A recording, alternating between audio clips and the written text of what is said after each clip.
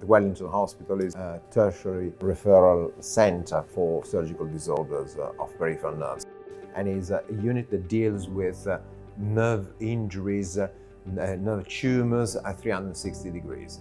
The main causes of peripheral nerve injuries are traumas, mostly motorbike accidents. The one that we see the most is brachial plexus injury, which is at the level of the neck, which is the whole bundle of nerves that give movement to the arm.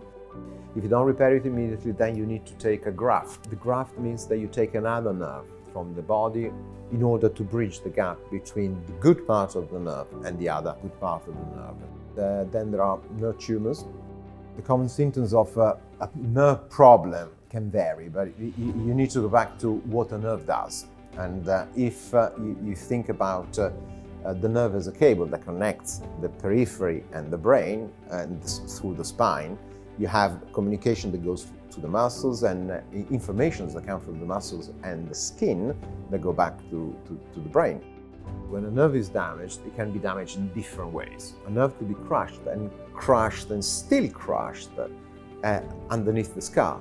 Could be still crushed in the fracture, could be still under a plate. So you need to remove that force that is still acting upon the nerve, and then decide whether you need to graft, whether you have to repair, whether it's enough to relieve the pressure in order to be able to give a chance for functional recovery.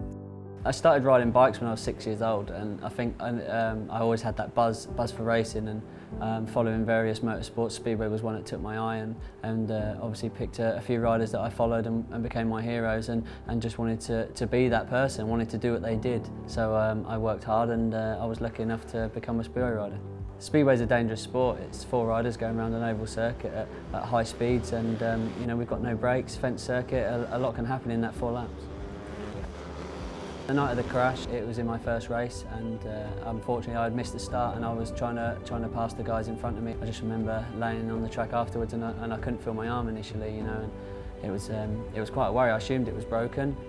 When you're laying there and you've got lots of different pains and you can't feel certain parts of your arm, it's quite a worry. And then I just knew straight away then that something was wrong. Danny's case was one of those situations where the nerve is crushed on the top of the humerus by the direct force which was applied by at the time of the accident. The nerve was like a little flat sheath of paper. Once you release this scarring which is on top, the nerve reacquires its shape by the end of the surgery. And it started having a flicker of activity soon after, and then bit by bit it went back to its normal function. I always remember when I took the bandage off and I flexed for the first time, and I see the movement in my bicep again, albeit it was only small. It was something I hadn't seen for months, so for me then I knew it was going to be good. I could get back in the gym, I could build the bicep back and get back to full strength. I'm able to do everything that I could do before, and I'm just so glad and lucky that I was able to get this operation done. Danny, the operation was a great success. There are certain situations where you can actually change life completely, and it's one of the most rewarding things to see, that when patients have got pain that is debilitating, pain that stops them from sleeping, from working, and you do an operation and they're back to the normal life. It's very rewarding.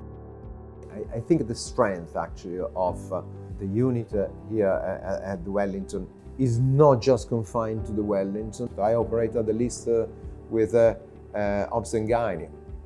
I operate at London Bridge with vascular surgery. I operate at Princess Grace with the orthopedic surgeons. Then there is the work that I do at the Peripheral Hospital on the obstetric lesions. So it's becoming more a unit for HCA. These collaborations as well make, without a shadow of a doubt, a Centre of Excellence which is world class.